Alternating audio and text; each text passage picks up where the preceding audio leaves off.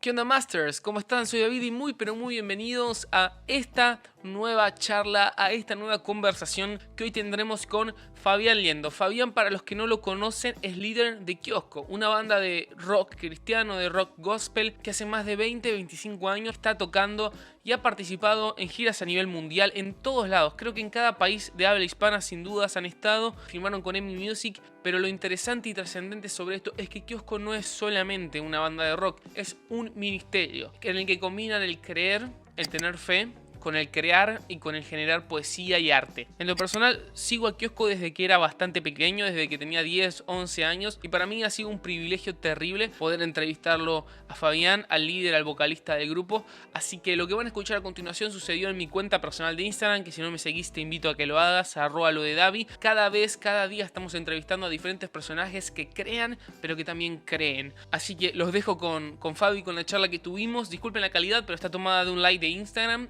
Y falta una partecita que eso lo van a poder escuchar en el podcast, porque sí, esta entrevista está en el canal Basta de Cháchara, pero también está en el podcast Creando Ando que estamos teniendo en Spotify. Sin más, los dejo con Fabi.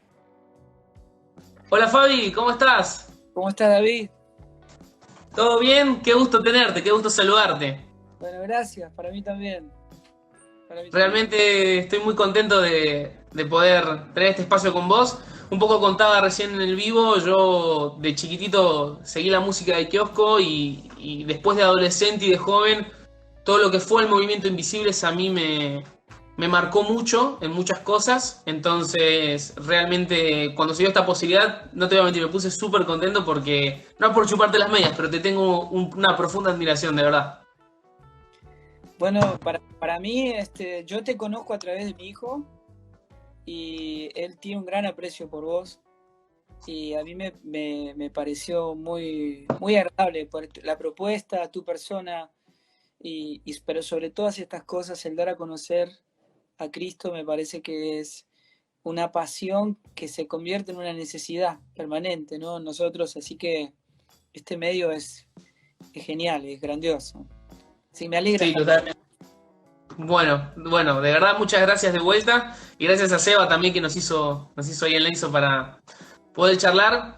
Y bueno, Fabi, me gustaría hablar de varias cosas. Me gustaría preguntarte, esta sección se llama Yo Creo y trata de unir la parte de crear como también la parte de creer, ¿no? Nuestro creo y nuestra fe. Pero, no sé si te copás, te tengo un desafío para arrancar y distendernos un poco y relajarnos. A ver. La idea va a ser en 90 segundos. Yo te voy a hacer una serie de preguntas divertidas, preguntas cortitas. Vos me tenés que tratar de responder la mayor cantidad que puedas en 1 minuto y medio. Ok, sin dar ninguna explicación, si es... Totalmente. Cero explicaciones, tenés que decir lo primero que se te viene a la cabeza. Hay preguntas de todo, hay preguntas... Igual son básicas, es como para poder conocerte un poco más en cuestiones, no sé, de fútbol y demás cosas. Así que, si te parece, arrancamos con esto. Dale. Bien, perfecto.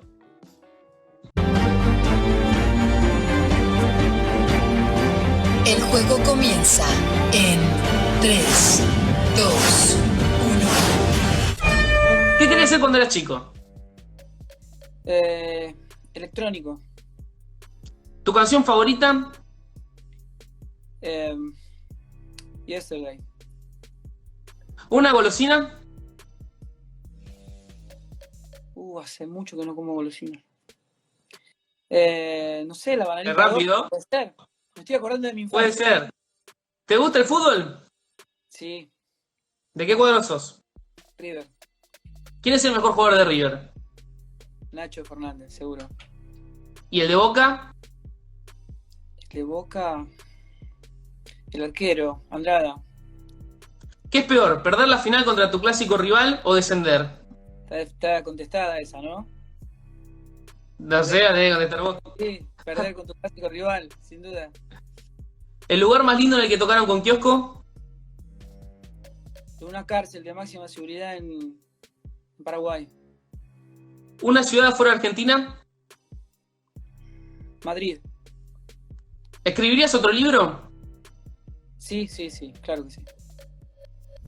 ¿A qué personaje histórico que no sea Jesús te gustaría conocer? Francisco de Asís. ¿Disco favorito de Kiosco? Invisibles. ¿Y menos favorito? Y Dos instantes puede ser el primero. ¿Viajarías al futuro o al pasado? Fabián respondió 14 preguntas y tuvo una gran participación en este primer reto de 90 segundos. Me hizo un poco de ruido lo que me dijiste que es peor perder la final que descender. Discrepo, creo que es peor descender, pero que es más lindo ganar la final que ver al otro descender. Esa es mi visión un poco, te la comparto. Sí, yo lo que creo es que me decía el negro Dolina, y creo que es una tendencia humana, ¿no es cierto? No estamos hablando de nada espiritual. Totalmente. Él decía, al fin y al cabo, todo lo que hace uno en la vida, lo hace para sentirse amado, ¿no es cierto? Es el corazón del hombre carenciado que cuando Dios viene a la vida de uno, se siente tan completo que no necesita del amor y del respeto y de la honra del otro porque está pleno, está completo. Por eso se convierte en una fuente de agua viva que puede darse a sí mismo sin esperar nada a cambio del otro, ¿no es cierto? Es gratuito y no produce deuda en el otro, ¿no es cierto? Pero en cuestiones humanas, el hombre está todo el tiempo tratando de hacer cosas para sentirse amado, digamos, ¿no? Y entonces, en definitiva, el fútbol tiene algo muy similar, digamos, ¿no es cierto? El placer es que uno gana campeonatos para estar o tener más campeonatos que el rival de toda la vida. O sea, todo se convierte en una medición en cuanto a ver quién es el mejor. Y entonces yo canjearía 20 campeonatos por ganarle la final al rival de toda la vida. O sea, lo digo desde esa perspectiva, digamos, ¿no es cierto? Y no soy fanático de nada de eso, pero... Es una buena justificación igual, la justificaste muy bien. Bueno. Sabés que ya metiéndonos un poco en lo serio o en lo espiritual, por así decirlo, yo leí tu libro Invisibles más de una vez y me resaltaron 2 o 3 nombres que por ahí no tenía en el radar que trajiste ahí a colación. Recién nombraste a Francisco de Asís. Bueno, Teresa de Calcuta la nombrás también. Y C.S. Lewis, que yo no lo conocía y lo conocí a través de tu libro y realmente me volví casi adicto a un montón de sus libros por la profundidad que tiene. Si tuvieses que nombrar 2 o 3 influencias, tanto del lado este que es espiritual como quizás también desde el lado creativo, ¿no? Gente que te ha inspirado y que te ha desafiado, ¿a quiénes nombrarías? Bueno, yo me alimenté de muchísimos escritores durante toda mi vida, pero hubieron escritores que fueron importantes en diferentes épocas de mi vida. O sea, si bien la palabra de Dios siempre fue la que me condujo desde pequeño, hubieron hombres que se convirtieron en un eslabón, ¿no es cierto?, de esa cadena de hombres que han dado su vida por amor a Cristo, que han tenido una gracia de parte de Dios, que han dejado un legado para las generaciones, ¿no es cierto? Me acuerdo en la época de la facultad, Søren Kierkegaard, por ejemplo, considero casi el padre, ¿no es cierto?, del existencialismo, arrojó una luz acerca del Evangelio que en esa época para mí era tremendo. A los 19 años leo La liberación del espíritu de Watchman Nee, que también fue una explosión en mi cabeza y en mi corazón, porque me di cuenta de que Jesús había venido a establecer un reino, que no se trataba de que Dios mejore mi vida, sino que yo me tenía que morir para que la vida de Cristo sea manifestada a mí. Esta cuestión de que yo no tenía que hacer ningún esfuerzo para ser como Jesús. O sea, Dios no quiere hijos que se parezcan a Jesús. O sea, Él no quiere algo que se parezca a su hijo, Él quiere a su hijo, ¿no es cierto? Okay. Y la respuesta que el Padre nos dio a nosotros como para devolvernos a su gloria, para salvar nuestra vida, el plan de salvación es incluirnos en su Hijo, ¿no es cierto? Que ya no vivo yo, sino que vive Cristo en mí. Okay. Entonces a mis 19 años empezó, creo yo, mi nuevo nacimiento, mi, mi verdadera vida en Cristo, ¿no? Me enamoré de la negación de mí mismo, de tomar la cruz cada día, porque si no, no podía ir en pos de Jesús. Y ahí empezó. Después vino Dietrich Bonhoeffer, Jonathan Edwards, bueno, y así, muchos. Entiendo, entiendo. Yo había leído en Invisibles que me llamó la atención también y te iba a preguntar por eso. Hablas de un campamento cuando sos adolescente y cuando uno suele escuchar eso, por lo menos en el círculo en el que uno se mueve, siempre habla de que el encuentro con Dios a veces es como escuché una canción y lloré y sabemos que Dios se mueve a través de todo eso, pero lo que me llamó la atención es que lo que vos hablabas es que en ese campamento Dios te habló o tuviste como una especie de encuentro quizás viendo a un misionero que vivía en un barrio de emergencia, que viste a Jesús en ese misionero. Y quería preguntarte un poco más por eso, porque realmente me sorprendió porque no es de escuchar habitualmente, che, ¿y cómo fue tu primer encuentro con Jesús? Vi un misionero que, wow, como preguntarte eso. Lo que ocurrió es que yo tenía en mi adolescencia, eso me pasó a los 13 años, yo no veía a Jesús en los seguidores. Por lo menos en el círculo que yo había recorrido, desde mis 4 años que iba a la escuela bíblica hasta mis 13 años, viví una religión, viví una estructura. Yo era un chico muy inquieto y honestamente yo no podía ver a Dios en esas 4 paredes y tampoco lo podía reconocer en sus seguidores. Y fue muy fuerte para mí eso. Wow. Y bueno, deambulé 3 años muy oscuros, oscuros no porque haya hecho nada malo, sino porque había una oscuridad dentro de mí tremenda, una angustia, una tristeza, muy difícil de explicar. Y a los 16 años me invitan a este campamento. Y este hombre que tenía casa, que tenía una familia hermosa, que abandona todo, deja todo, y se va a vivir en medio de un barrio de emergencia, Wow. en las mismas condiciones que vivía toda esa gente, para identificarse con ellos, con el dolor, con la necesidad, y abre un lugar y abre su casa y la gente se empieza a convertir y él empieza a atenderlos, Qué locura. sí, y visitarlos en la cárcel y atender todas sus necesidades, medicamentos y demás. Y yo era la primera vez en mi vida que veía a alguien que se parecía a Jesús. Y eso fue un impacto, porque yo dije, bueno, pero entonces es posible. Y yo lo que dije, yo quiero ser como ese tipo. Yo quiero ser. Y ahí comenzó una búsqueda. Yo volví a la centralidad de la búsqueda de Cristo y durante todo ese tiempo volví de donde me había ido y empecé a buscar de Dios y me encuentro con el Señor en ese momento. Cuando vos te encontrás con el Señor, no es lo mismo que conocerlo, son 2 cosas distintas. Ahora vos te encontrás con una persona por primera vez, te encontraste, pero no la conoces. Ok. Yo me encontré con el Señor, después empieza lo mejor, ¿no? Que es conocerle, pero nadie puede conocer a Jesús si, como dice Pablo, y yo estimado todo como pérdida, todo por basura, lo he perdido todo a fin de conocerle y ser hallado en él.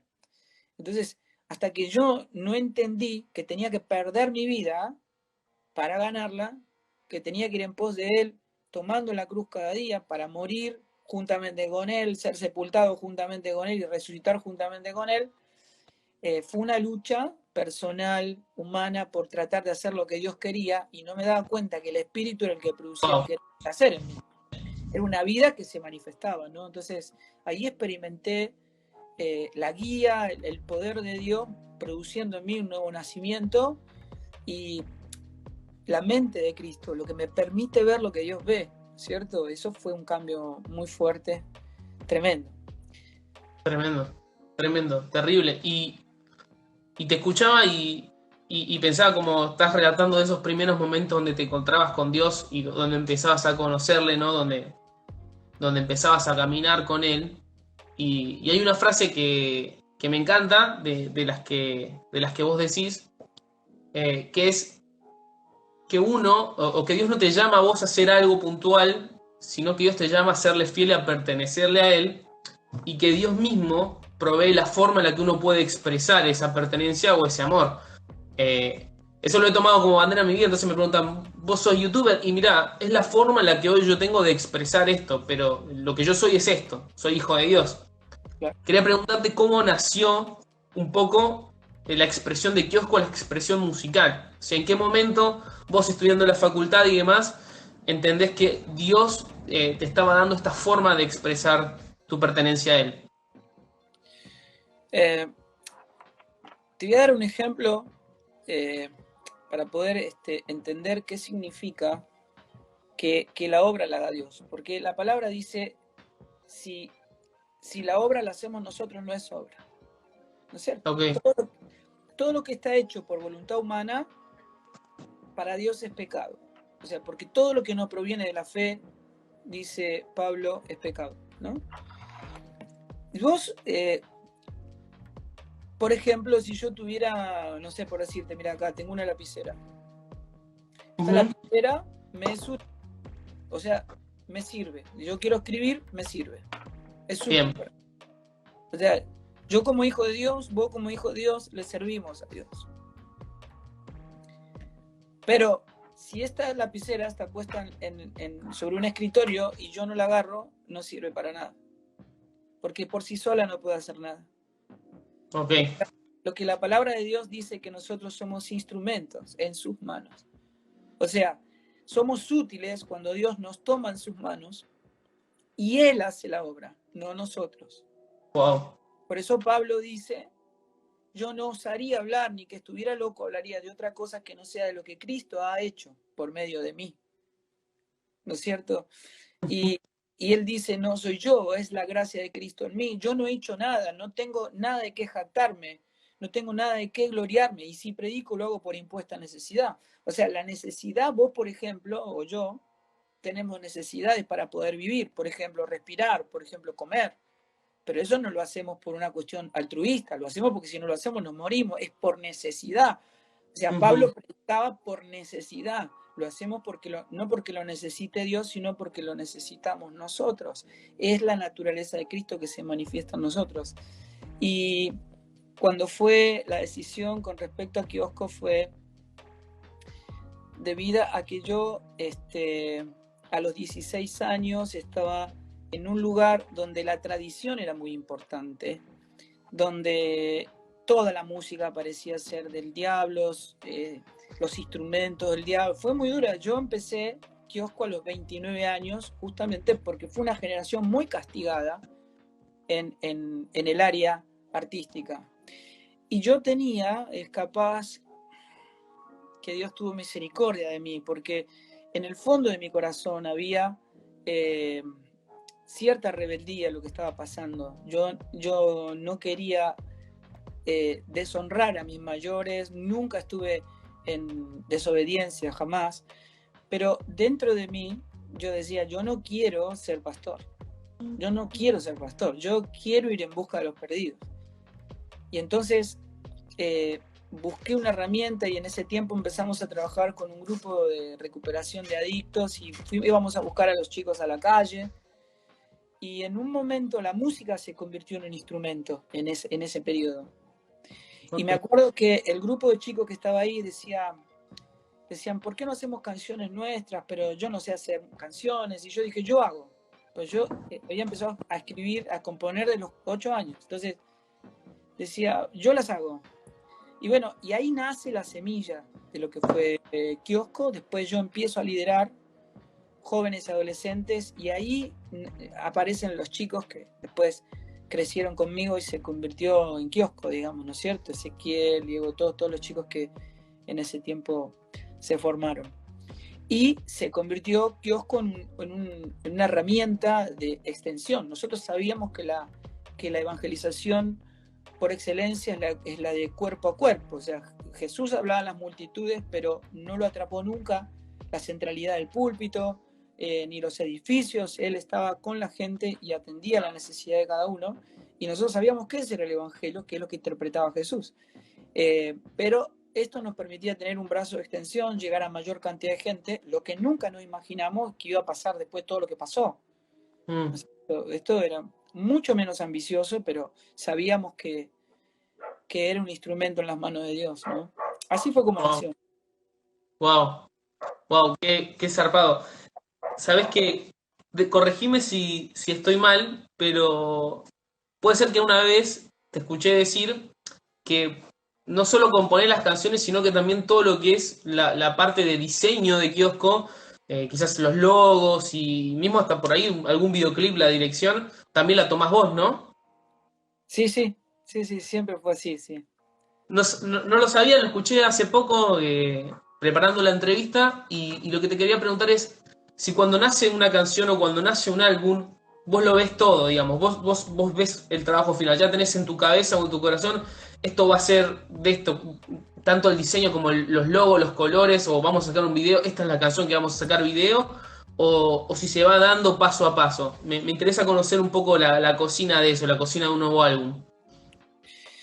Lo que se va dando, tal vez que es porque yo soy arquitecto y es mi obsesión, es de ver el producto terminado desde un comienzo.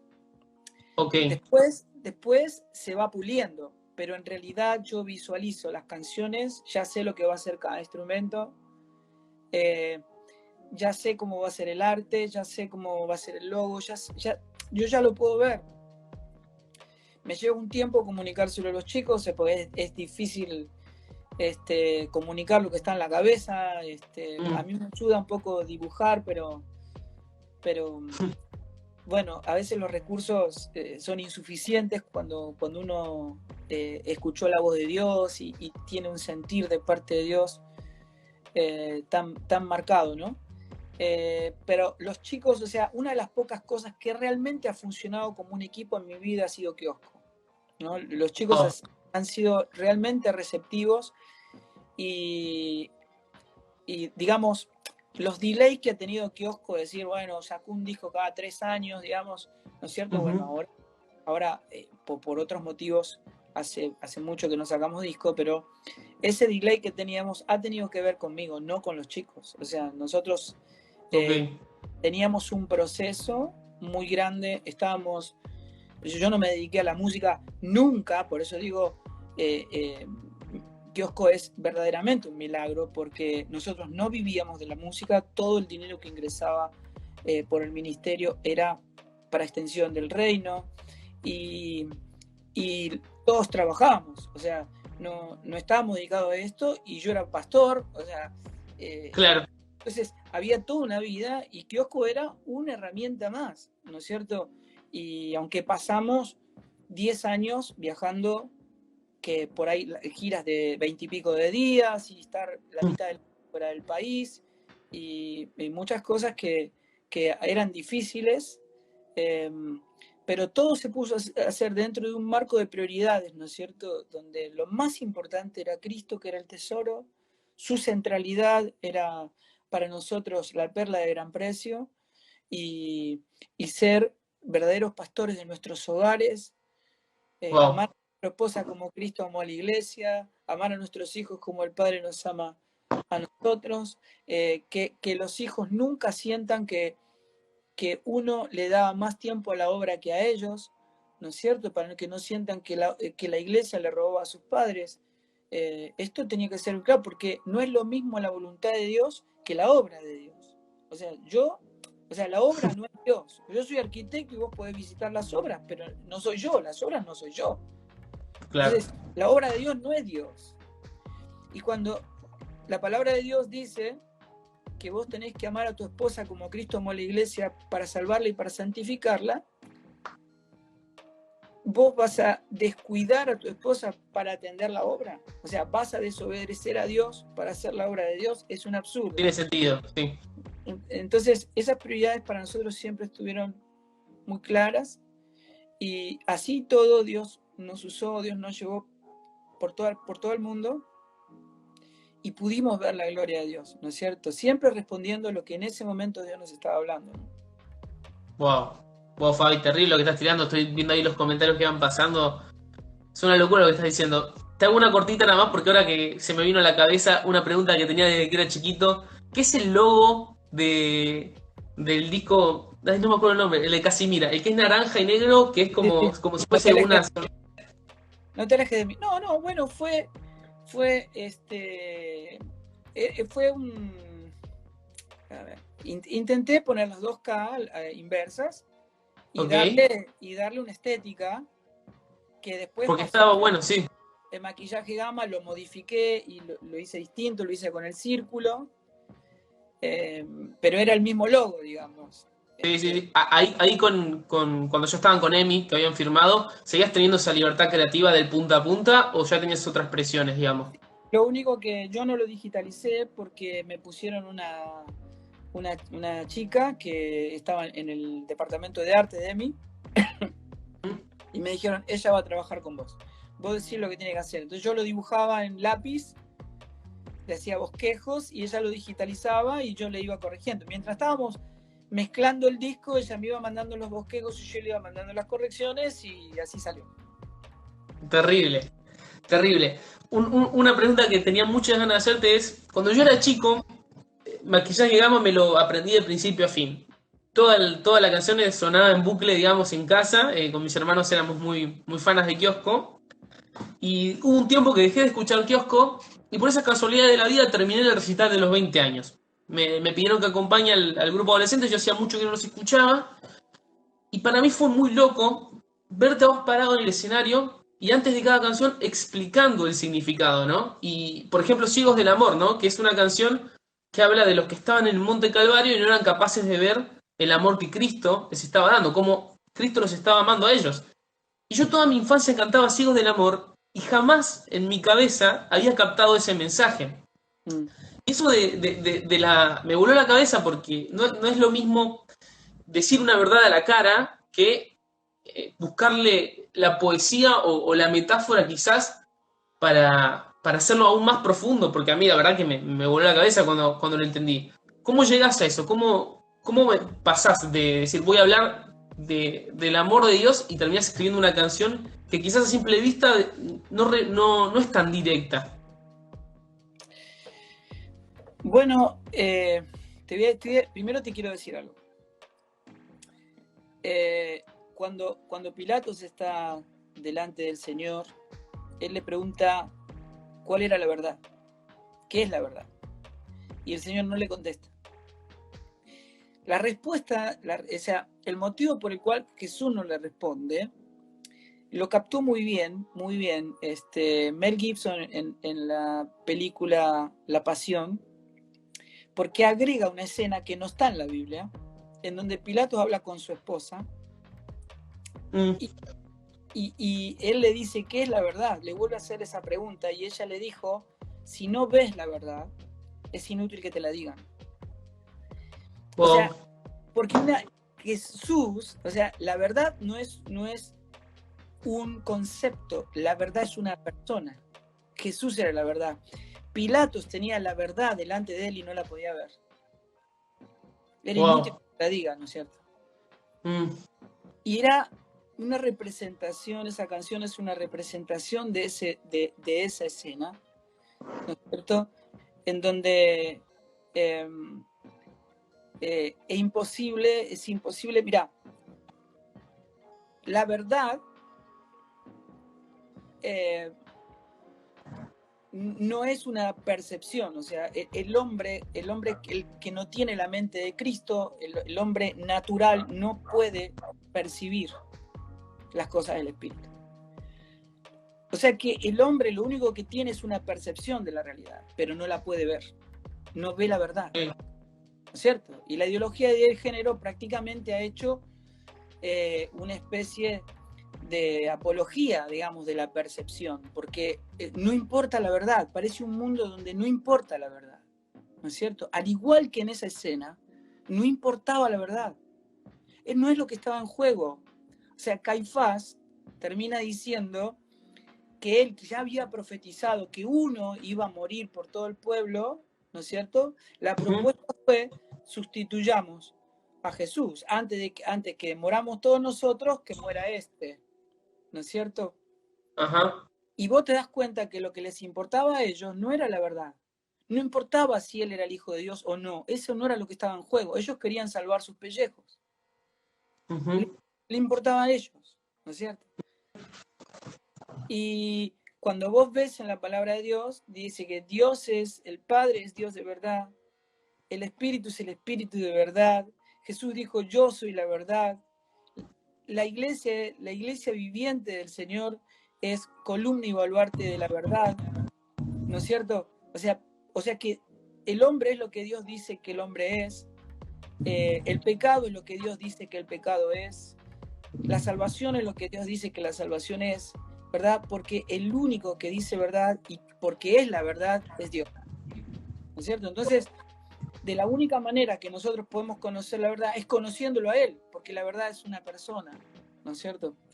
Y para eso necesitamos tomar el modelo que Él nos dejó, que es tomar la cruz cada día para morir y resucitar juntamente con Él. Que Él nos dé su espíritu, tener la mente de Cristo y poder conocerle, ¿no? Te cierro la pregunta que me hacías con respecto a la canción. Yo creo que cuando uno habla, como estamos hablando nosotros, es capaz que tiene que ser lo más claro posible. Pero cuando vos entrás en el arte, tenés que tener un logro artístico, tiene que estar comprometido con la poesía. Ok. O sea, es capaz que la música es una manera de elevar las palabras, ¿no? Porque no hay palabras humanas que puedan describir tanta belleza como lo es Cristo para nosotros. Y hay veces que las simples formas prosaicas necesitan ser elevadas a la poesía y muchas de ellas elevadas a la canción, como un intento de elevar, ¿no es cierto? De tener cierto logro de estar más cerca, ¿no? de esa belleza. Y entonces, la poesía tiene las características que vos puedas leer de diferentes lugares, de todo el mundo, de todo tipo de raza, un mismo texto, Poema. Y que cada uno en su propia realidad le pueda impactar, ¿no es cierto? O sea, sin haber entendido tal vez lo mismo que el escritor entendió al momento de escribirla, llega a mi vida de una manera fresca y de una manera de impacto, ¿no es cierto? Entonces, o sea, si lo que yo te digo a vos, te lo digo como te lo podría decir cualquier persona, entonces no tiene ningún tipo de logro artístico. No estamos haciendo nada y estamos trabajando dentro de un ambiente que es artístico, ¿verdad? Entonces, vos pensás que el disco más difícil nuestro de entender es el primer disco. O sea, 2 Instantes fue el más difícil de poder entender. Obviamente nosotros recibimos un montón de críticas en eso, como elogios y demás, ¿no? Pero ese fue el disco más duro. Y aprendimos en ese tiempo a buscar ese equilibrio, ¿no es cierto? Pero lo que no estábamos dispuestos a hacer, estando en un lugar como en el que estábamos, entendiendo qué es lo que Dios esperaba de nosotros y quiénes éramos y en qué lugar, en qué ámbito nos movíamos, es que necesitábamos elevar esas palabras a la poesía, ¿no es cierto? Y tratamos de hacerlo lo mejor posible, ¿no? Y Lo entonces hicieron bastante bien, ¿eh? uno miraba esa escena, Seba de chiquito quiso escribir, y de hecho yo soy su admirador porque está componiendo y escribiendo muy bien, me sorprende, digamos, cada día, ¿no? Y es como una versión mejorada. Y vos sabés que él venía y me traía algo escrito y yo le decía, no, papá, vos hasta que no visualices la escena, contame la escena, ¿dónde está? ¿En qué lugar estás? ¿Y qué estás viendo? ¿Verdad? Sí. Y entonces él venía y me decía, ya lo tengo, papá, ya lo tengo, es esta escena, acá hay soldados romanos, acá está esto, acá está lo otro, y está pasando esto, y yo estoy viendo esto.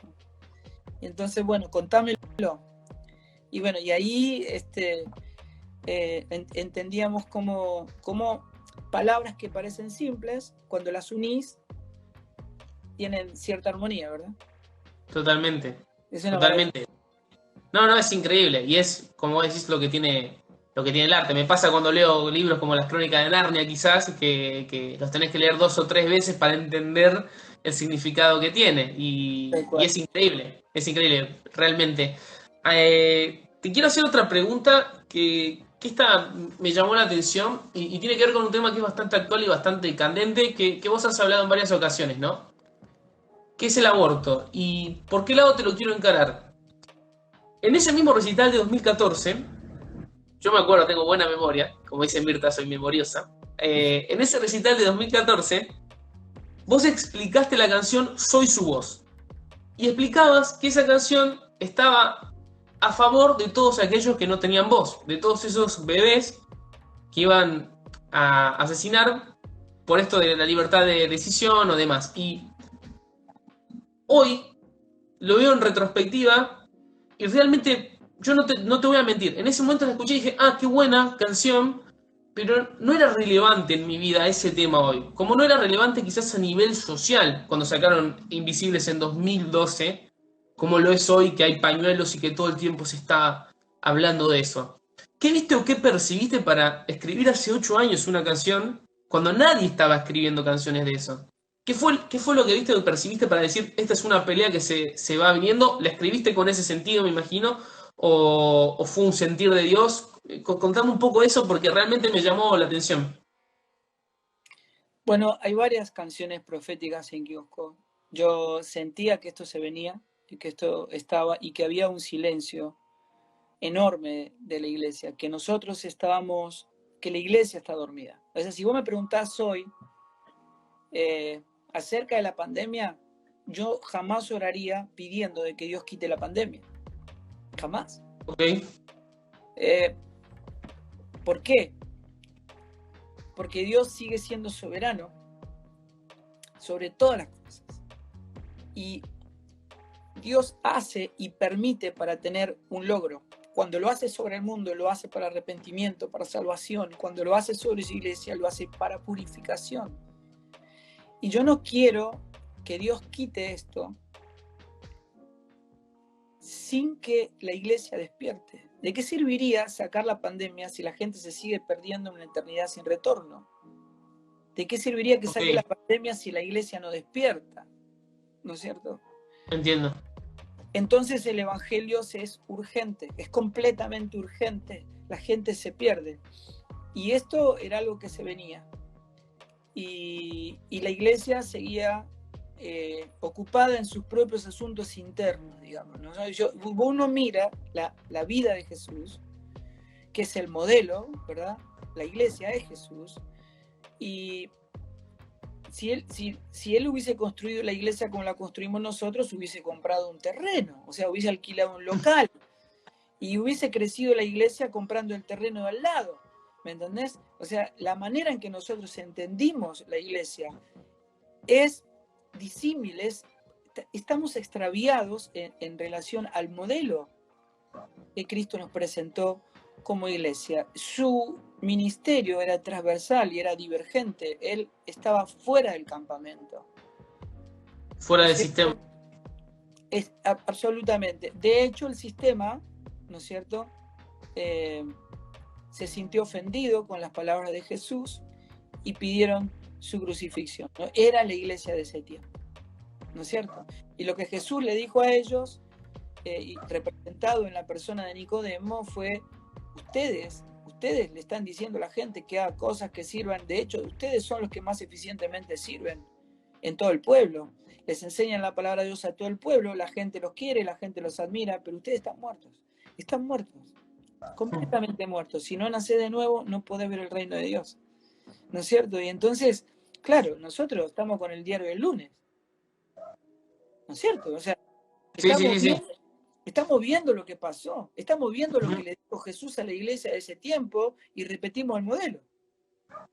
Entonces, un ministerio es exitoso cuando el edificio es enorme y tiene mucha gente adentro.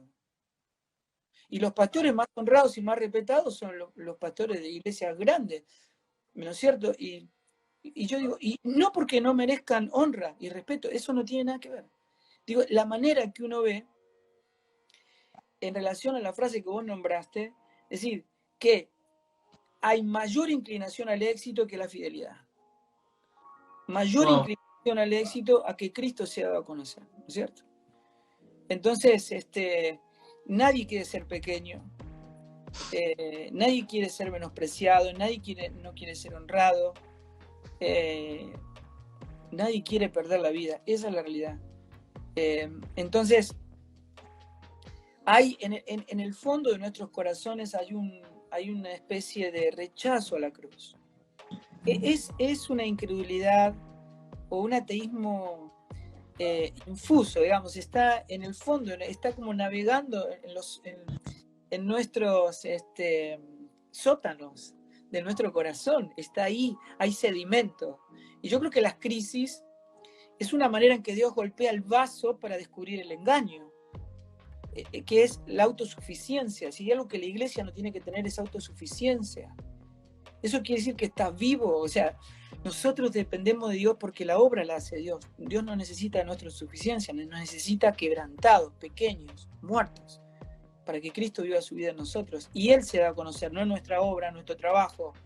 Si vos ves ahora que se avanzó 15 años en el uso de las redes sociales, vas a ver un montón de gente contando lo que hace para Dios. ¿No es cierto? ¿Y qué dice la palabra? La palabra dice que lo que hace tu mano izquierda no lo sepa tu mano derecha. Porque si los hombres te lo agradecen, entonces no hay más, eso es todo. Pero si lo que vos haces no lo ve nadie, tu Padre que te ve en secreto te va a recompensar en público. Es el diario del lunes, ¿no es así? ¿No es cierto que estamos entendiendo cómo hacer la obra y estamos repitiendo el modelo de la iglesia de aquel tiempo? Entonces, cuando yo escribí Soy su voz, dije, por favor, tenemos que despertar. Va a venir un genocidio de niños y no va a tardar en venir. Y esta va a ser una de las maldiciones más tremendas que vamos a vivir en nuestra nación. No puede haber una nación más pobre y más miserable que la que una madre quiera matar a su propio hijo. Entonces, tenemos que despertar, tenemos que concientizar. Entonces, después, cuando llegan estos momentos, decimos, la iglesia estuvo metida dentro de 4 paredes, mientras todos estos movimientos estaban haciendo un trabajo en las escuelas, en los medios, y hay organizaciones mundiales que manejan miles de millones de dólares tratando de obtener resultados para concientizar en el control de la población, y esto se logra asesinando. Es una locura. Sí, es una locura. Entonces, cuando decimos la iglesia tiene que salir a la calle, eso es un paliativo. Esa no es la solución. Yo salgo, yo estoy en todas las manifestaciones, pero esa no es la respuesta. La respuesta es que hay una iglesia. No 54.000 grupos distintos, una iglesia. Y que esa iglesia sea Cristo, para que el mundo, a ver nuestras buenas obras, glorifique a nuestro Padre que está en los cielos. Hay que dejarse de paviar y devolver